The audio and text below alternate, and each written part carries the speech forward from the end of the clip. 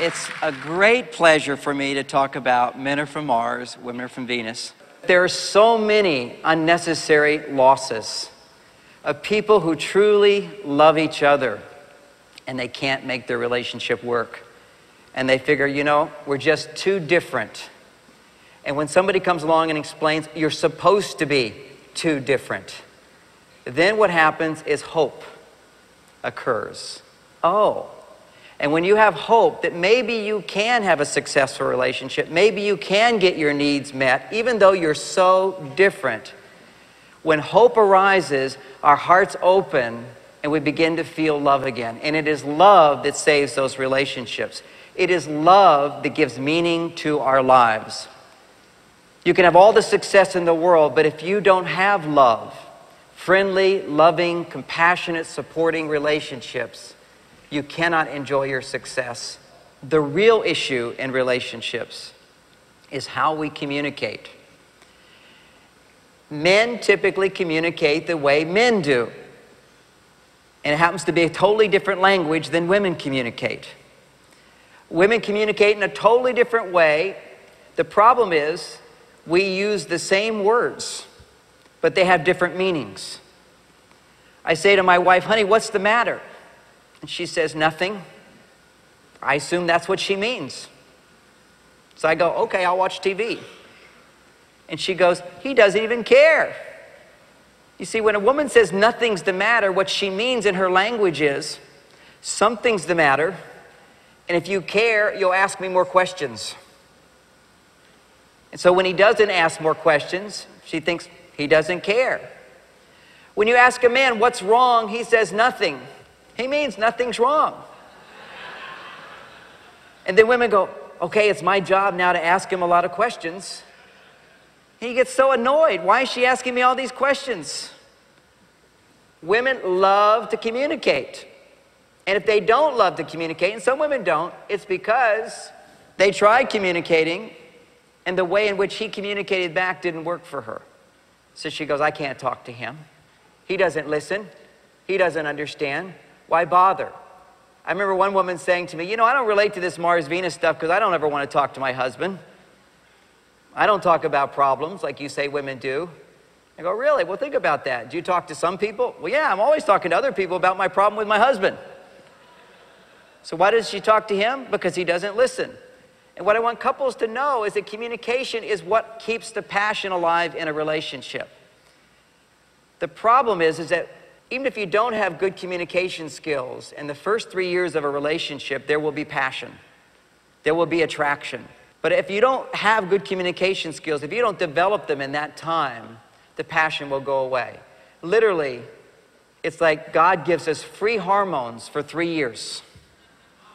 The hormones of passion and attraction.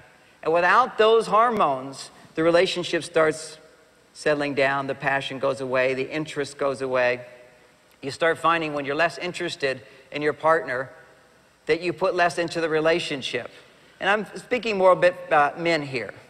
Men tend to lose interest in the relationship. Women tend to have more interest in complaining about the relationship. It's amazing, women, you have to watch, your greatest skill can become your greatest problem. Women see everything. When they fall in love with a man, they see him and they see all of his potential. So they're so happy. 3 years passes, reality sets in. And suddenly, she doesn't have the same response to him because in the beginning when she was in love, she really didn't know who he was. She saw all this great potential. Then after he's been late 30 times, she goes, there's nothing going to change this guy. And so her feelings start becoming less and less. But potential's a great thing. It's what gives us hope.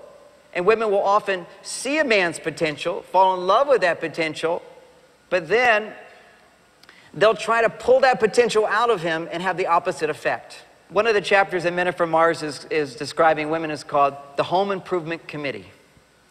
When a woman loves a man, this gene inside of women, and men don't have it, it's called the improvement gene. No matter how good something is, it can always be improved, right? Well, women have that gene, men don't. A man's gene says, the Martian gene is if something works, don't mess with it. From a woman's point of view, if something works, let's see how much better we can make it work. So it's like, let's improve it, let's change it. So a woman falls in love with a man, she goes, okay, now how are we going to change him? Men and women are so different when we get married. A woman's thinking, okay, now we're married, now things are going to change. Now my love will bring out the best of him. Now I can improve him. Men get married, they think just the opposite. They go, dear God, please don't change anything. See, we don't want you to change at all. We want you to stay the same. Women want us to change.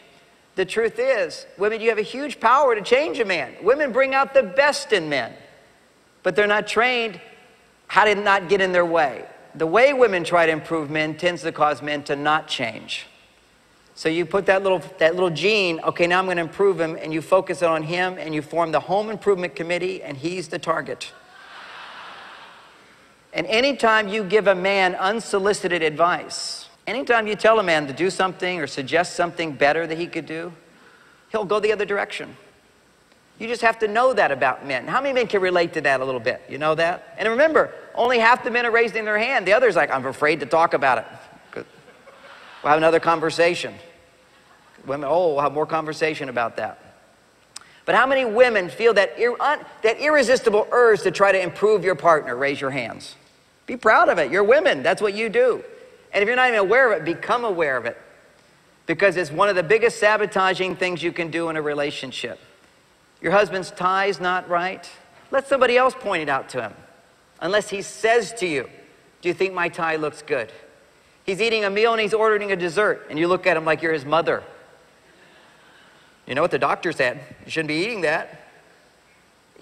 How can he have passion for you that night? How can he feel connected to you? Suddenly you're treating him like a child. And some women say, but he behaves like a child. I say, if you treat him like a child, he'll behave like a child. But women tend to give unsolicited advice. How can I help him? Let me suggest this. Let me suggest this. Let me suggest this. And what you unknowingly do is push away the man you love the most in life.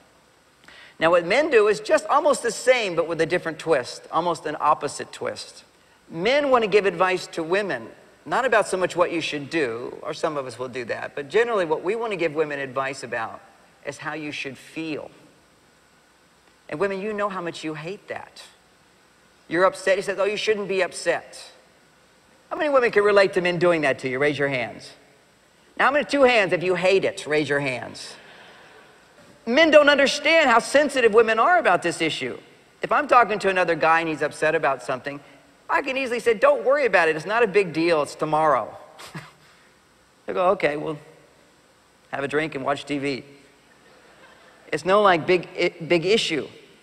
Try saying that to your wife. She won't be your wife for long.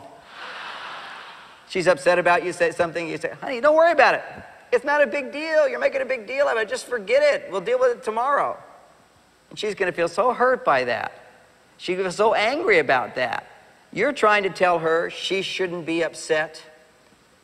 And when you do that, men, what you should know is the more you try to tell a woman how she should feel, the longer she's going to feel that way that you're trying to change. So don't feel that way. She's going to feel that way. If she's in a bad mood and you tell her she shouldn't be in a bad mood, she's going to stay in a bad mood until you're in a bad mood. Men's feelings are always sensitive about, was he successful in making you happy? Was he successful in making you happy? So I could have a terrible trip. I could have an awful business week. I could be down and out. I could be, on a deadline and I'm exhausted and tired. My wife can completely uplift me, which is, I want to just give this one point, because just give women a sense of how you can support a man. You could go, oh, honey, I'm so sorry. You look so sad and tired. That does nothing for a man. But what she did, and I pointed out to her because it worked so well, she looked at me and she says, wow, I'm so glad I don't have your job. Well, yep.